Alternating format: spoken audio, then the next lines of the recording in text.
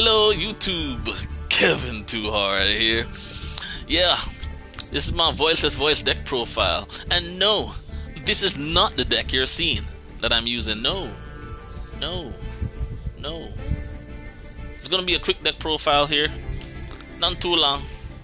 I've just reached Masters with some wins. 3 wins. Can't believe it. I can't tell. I think this was the most, yeah. So this one was the most interesting one of all. Did he make some misplays? I think he did. Challenge Kevin to a best of 3 and clap him up.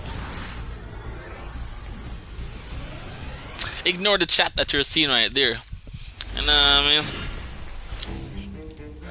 I was going through a quick deck profile here. This was a quick match against a Centurion player. It was an interesting one, but not really. Okay, he was playing some cards, or he was playing in a way that was not the conventional way you see a Centurion player plays. You know, I kind of predicted what he had. You know, when you play the game long enough, you kind of predict everything that's going on the field. You know, I mean, that crossout designator was not what I expected. But okay, he brought out this Crimson Dragon. Yeah. Yup. Cosmic Blazer. I was like, damn.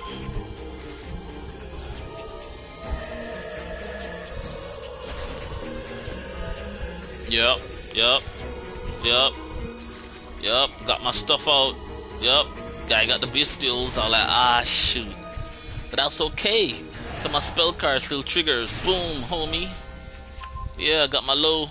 You need those lows. And I mean, to get stuff popping. Yeah. Get that stuff back. I know some people like to, when they're doing reviews and replays, they speak all the plays. Come on, you guys see what's happening. Read. I mean, I can't be that guy. I ain't be that guy. Like it or not, it is what it is. Pause. Hit that like button right now and subscribe if you're new. Yeah, you reached it that far.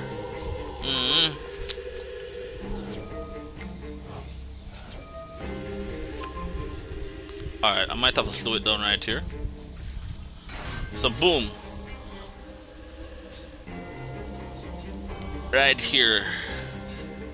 You know, now if I start talking, this might be a 30-minute long video. Long story short, the reason why I love Voiceless voice is because you're able to play differently. You're able to adapt to certain situations. This deck is not really fully linear. You know, you have certain decks out there that are fully linear, that you have to go through this one straight line of play. You have to play like this. You have to bring it out this all the time. I chose to choose this because I'm playing differently from most people. Right? Now, I have to bring out the low to have my Voiceless voice guy here live at all times. Because at any point in time during the combo, he will be able to negate. Hence the reason why I needed the second low to be on the field. Alright. Boom. Going to that guy. Now I know a lot of persons don't like the Guardian of the Voiceless voice. But I'm the only person in the entire world that loves this card. This card is amazing. It's a finisher. Don't believe me, just watch. Alright.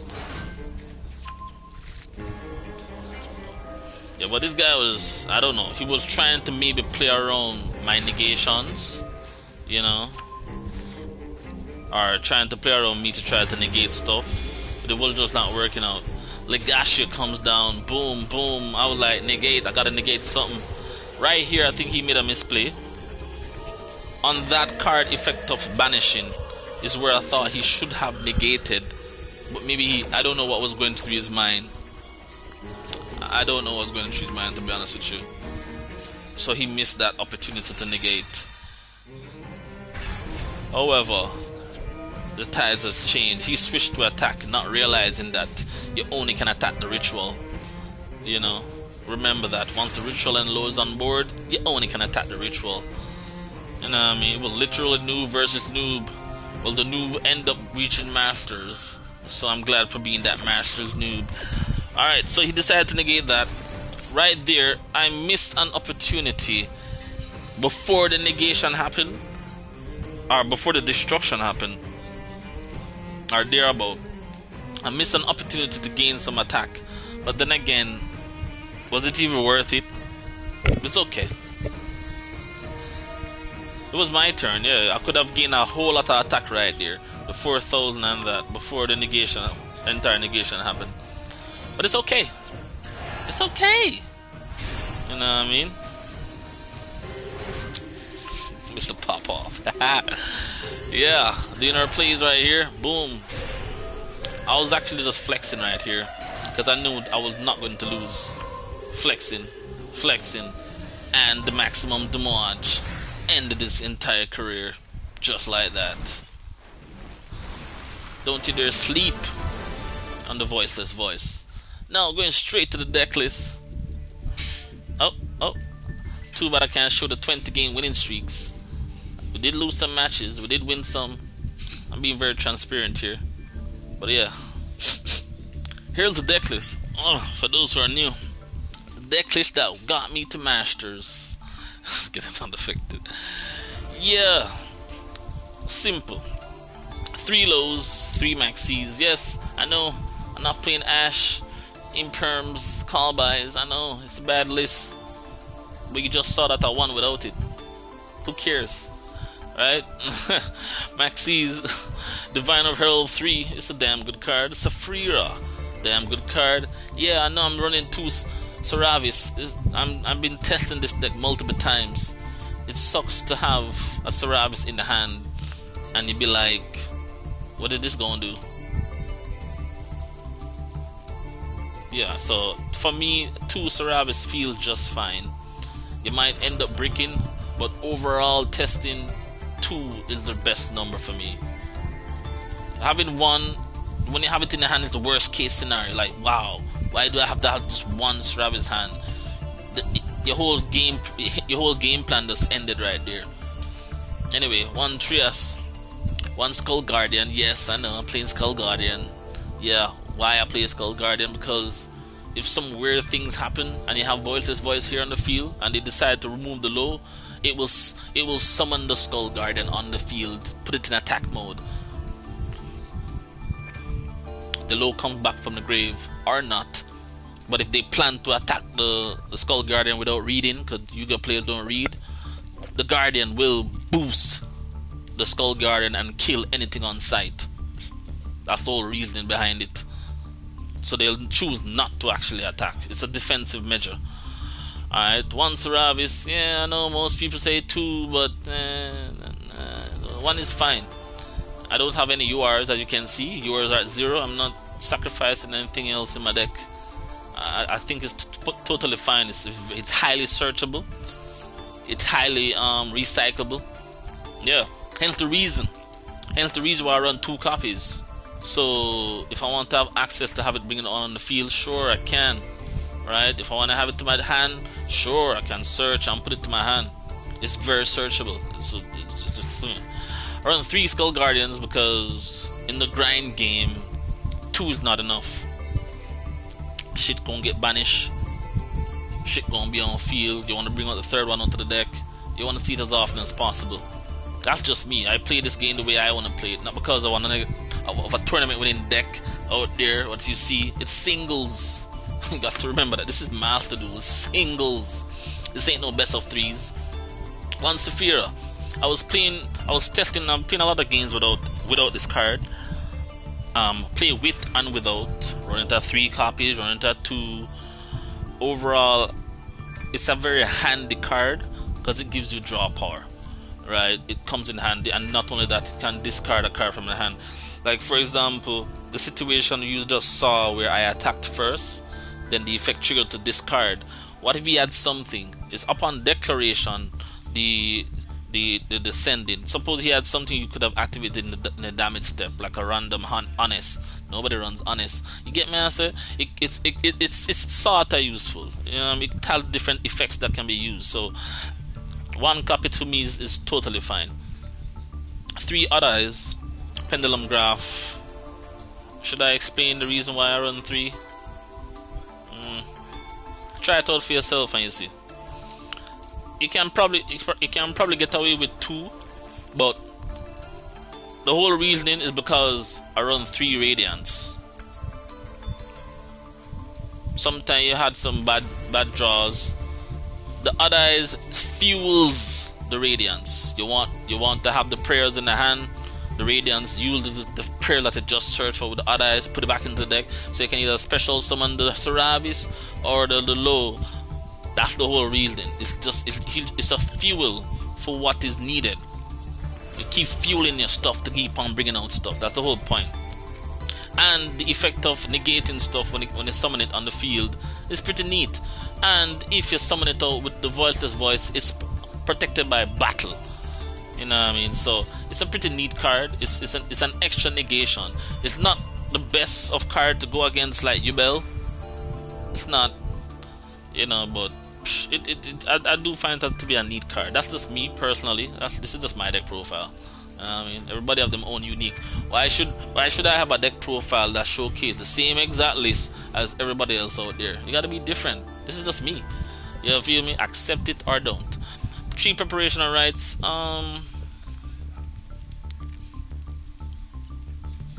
Personally, I don't like the card. Personally, but sometimes I gotta get away with my ego and be like, I have to play it, because it sucks to have 2 copies in your hand and you get Ash Blossomed. Like, your hand can be one of the worst hands ever, and you see 2 of these and you're like, oh shit, activate, pre-prep, Ash Blossoms. What you gonna do? Nothing. Pass turn, game over. That's the only reason why I hate the card. It's like a high risk, high reward type of deck. Alright, 1 pot of extravagance. Yeah, you need it. Should I explain that? 3 triple tactics talent. It came in handy. Triple tactics is a very situational card. During the whole rank up, I may switch it down to 2 or 1. It all depends on your matchup. You have to play more on this game to understand your matchups and see if it makes sense or don't, depending on certain situations. 2 would be a decent number, because at the end of the day, having 3 is like a potential brick. I know, but it's at 50, so the chance of bricking might not be there as much as if you had this at 40 cards. Alright, so that's the whole reason. 3 copies. 2 triple tactics thrust. I do love this card. It searches for important stuff. Yeah. We need those. That is pretty much it. 1 sprite blessing. You wondering, Kev, why are you running so many ritual spells? Like I said, we need fuel for radiance. Now, I know when persons play Voiceless Voice, the majority of them normally use the effect of the trap to destroy stuff on the field. I know it's very effective to do so, but everybody play the game differently. I mainly use it for the recovery of spells and whatnot. So I just see having the 1 extra sprite blessing that's just my personal preference. Alright, it's just for the grind game. That's it. Because if, for example, you end up, I don't know, just using up your stuff and you just want to search for something else other than the Voiceless Voice thing with this, then yeah, that's just my reasoning. Yeah, 3 blessings. Oh no, 3 barriers. You need those. One of the best cards in the Voiceless Voice archetype. You need those. This very important card. 2 blessings. This is probably already 15 minutes long already. Alright, 2 blessings. I sometimes bounce to 3 sometime, but I think 2 is fine, because at the end of the day, if one of them get destroyed, right, you're safe knowing that you can grab another one, right? That's my reason. I know a lot of person play 1 copy. I just can't place that one. It's a damn good card. It's neat. Yes, yeah. 2 is fine for me. 3 evenly match. Yeah, it kills everything. One of the best cards in Master Duels. because it's singles, and everybody love back rows. So we need the 3 of them things. One copy ain't enough. 1 stars align across the Milky Way. Now, I was running 3 copies of this, but overall testing, it doesn't really make sense. It's a very neat card though, I must say. You know, this is just me personally. It's a very neat card. It allows you, because like I said, it's because of the odd eyes. So once the odd eyes search for this, for your ritual spell, you reveal the odd eye to search for another one, which is this, and then you're able to ritual summon the Skull Guardian by attributing the odd eyes and sending the ritual spell from your hand in the opponent's turn. It's a neat card, but overall, I don't want to see multiple copies because it's a potential brick. I'm gonna be real honest with you. You know what I mean? But it's just too good not to play 1 copy of. Alright, 3 Radiance. I think this is the second most important card in the deck. Well, when it comes to spells and traps. So yeah, I put Radiance second to this. Yeah, so this is important. This comes second, and then this comes third. That's how I rate my lineup. So if there are certain situations where you see yourself trying to set up your back row, you first have this out, then I'll try to go for the Radiance, because you summoning the low, bringing out this, and then using the effect same time gives you bonuses in your turn, right? So yeah, this is why I say I really do appreciate this card. And 1 Guardian, I already explained why I need this, right? Extra deck, Garura. Hold on, shoot.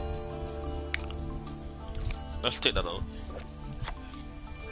I mean, you could keep the Garura in just in case you encounter somebody who just randomly decide to let you mill your extra deck.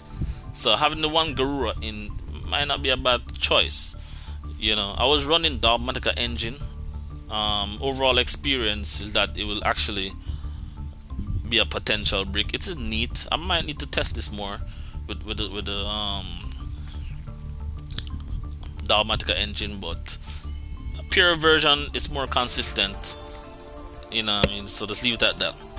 So yeah, 2 Herald, I guess I can put in the Garura and 1 Herald. The Herald is not all that important, but it's just nice to have in the extra deck. Wing Pegasus, same reasoning for Dogmatica. If a Dogmatica person decides to let it dump, sending a Pegasus is not all that bad. Other is Wing Dragon. This is the most sought after card, or sought after card I go for. Now, I really don't understand. Please help me. Help me understand. I've been seeing a lot of lists. Please help me. I've been seeing a lot of lists that runs this card. Other is Meteor Burst. Why? It says when this is special summon, target 1 card in the Pendulum Zone, special summon it. Yu-Gi-Oh players probably don't read.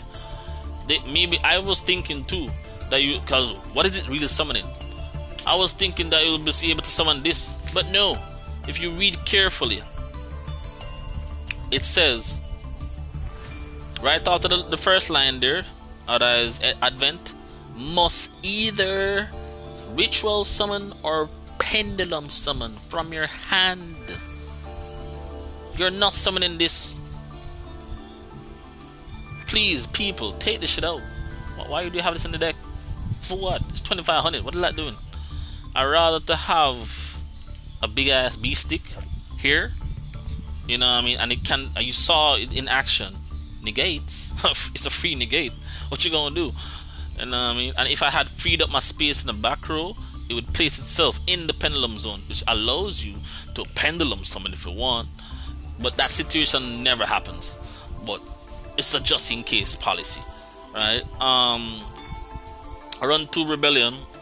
This situation never comes up as well, where I summon out. So I run the Rebellion, you know, bring it out, and then put this over the Rebellion, and then if this dies, then I can bring this out again, pop some shit. But that never happens because by the time it's your turn, you're killing them.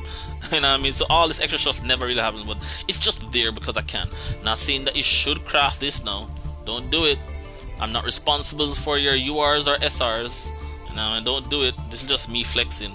Alright? And just a personal thing. I just like these. Don't worry about the Lambda. I was testing some Seraphim stuff. Maybe still gonna do some more testing with it. and Dynamundo.